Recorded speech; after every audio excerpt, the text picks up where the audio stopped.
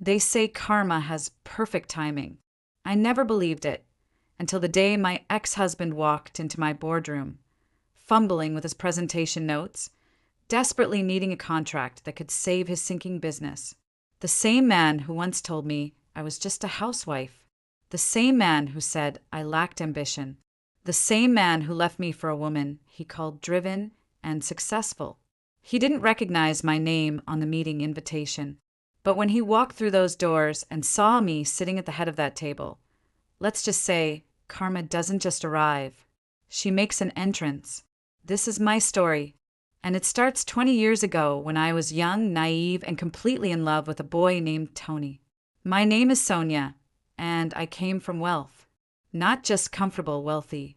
My father owned properties across 3 states. My mother drove luxury cars before I even knew what a Mercedes was. But Tony?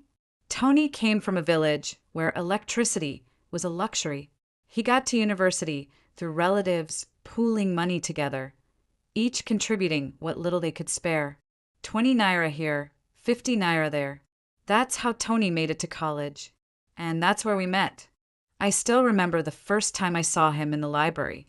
Worn textbooks, shoes with holes he tried to hide. But his eyes had this hunger. Not for food, though I'd later learn he often skipped meals. No, it was hunger for something more. For a better life. For dignity. I fell in love with that hunger. My friends warned me.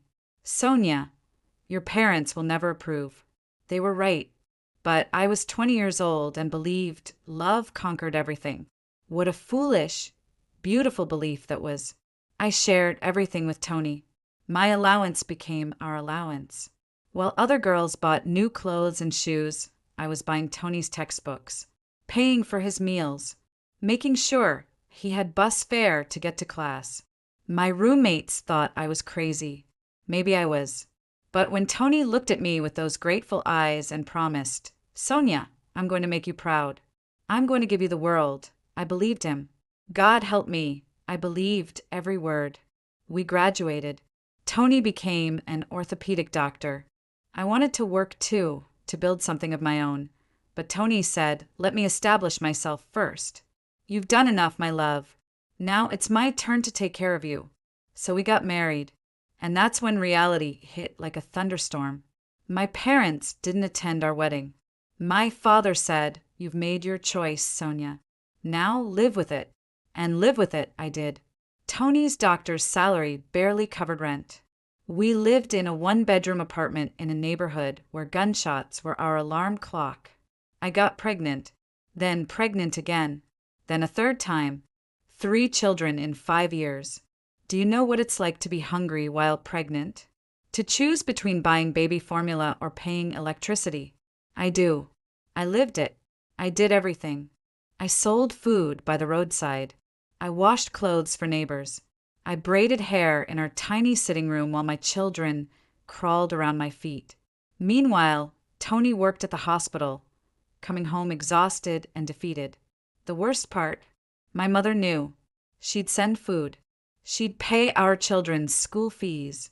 She'd show up with bags of clothes and envelopes of cash, always when Tony was at work. And every single time, Tony would cry when he saw what she brought. Sonia, he'd say, tears running down his face, I promise you. I swear on everything holy. One day, I'm going to make you the envy of every woman. You won't have to beg your mother for help. I'll give you everything. I believed him. Every single time. Then, in our 14th year of marriage, fortune smiled. Tony started a side business in oil and gas. Within 3 years, we went from struggling to pay rent to owning properties. From 1 car to 5. From that tiny apartment to a mansion. At first, it was everything I dreamed of. Tony would change my car every 6 months. Which color do you want, baby?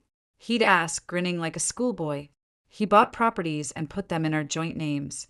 This is ours, he'd say. Everything I have is ours. I stopped working. After 15 years of hustling, I finally rested.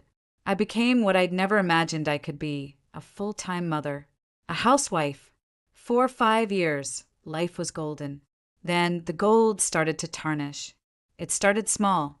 Tony coming home at 11 p.m., then midnight, then 2 a.m., then not at all. Daddy's working, I'd tell the children. But they're not stupid. Children never are. Why doesn't Daddy eat with us anymore? My youngest would ask. I had no answer. The breaking point came during a business trip. All of Tony's colleagues were bringing their wives. I insisted on going. I fought for it. God, I wish I hadn't. Tony ignored me the entire trip. He was always with her. Janet. Young, beautiful, ambitious Janet. She worked in real estate. She was driven. She was going places. She was everything I used to be before I gave it all up to raise his children. When we got home, I confronted him. I'll never forget what he said. Janet is the kind of woman I need, Sonia. She's ambitious. She's driven. She's making something of herself. And you? You're just a housewife. Just a housewife. The woman who fed him when he was hungry, who paid his fees when he was broke, who bore his children, who washed his clothes, who waited up at night, who believed every promise. Just a housewife. I cried. I reminded him of everything. Our beginning. My sacrifices. The years of struggle. My mother's help that kept us alive. He smirked. Actually smirked.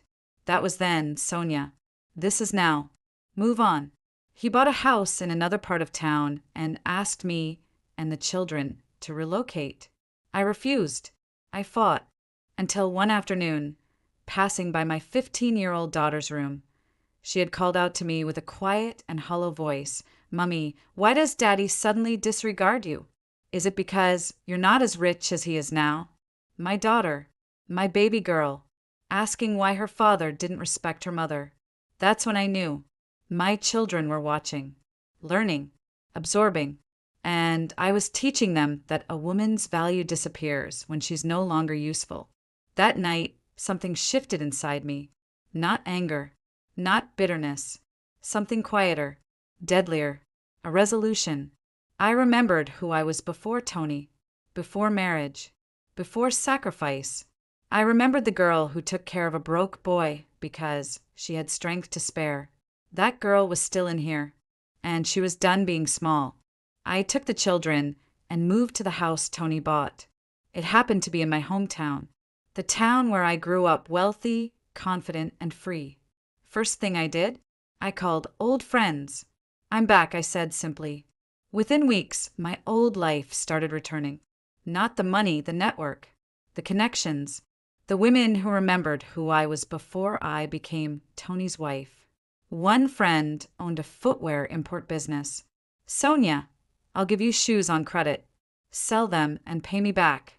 I started small, very small, selling shoes from my living room, then from a small store. Then I started exporting.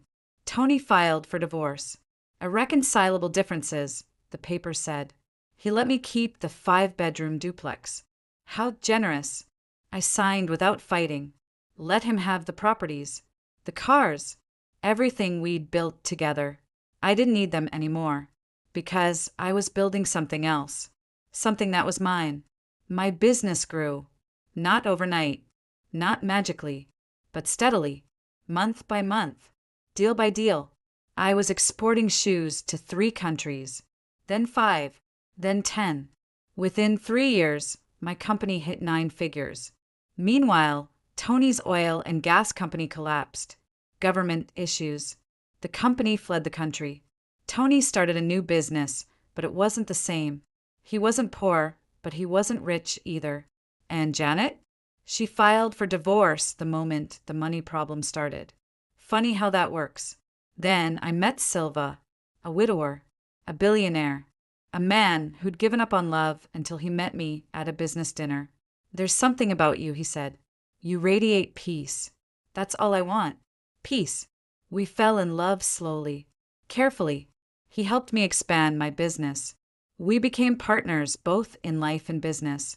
We opened a manufacturing branch in South Africa. It exploded beyond our projections. I was spending more time there, managing our fastest growing branch. And that's when it happened. I was in Nigeria briefly for a board meeting. Silva told me someone had submitted a proposal while I was away. He's here for the pitch meeting this afternoon. I walked into that conference room, and there he was. Tony, older, tired, desperate. Our eyes met. I watched the color drain from his face. I smiled. Tony, it's good to see you. How have you been? The staff looked confused. You two know each other? Neither of us answered. Tony's pitch was terrible. He stammered, lost his place, couldn't meet my eyes. The confident man who once smirked at my tears was now fumbling like a student before an exam. We didn't give him the contract. Not out of spite. He genuinely flopped. Later, Silva asked gently, who was he? My ex-husband, I said simply. Silva just nodded. No questions, no judgment, just quiet understanding. I heard later that Tony desperately needed that contract. His business was drowning. Bank loans going bad. He lost his houses, everything. He had to move back to his father's village, to the one remaining house on family land. Janet? Gone.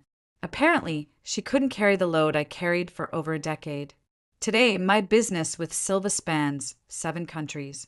We have 2 children together. My older 3 have welcomed their younger siblings with open arms.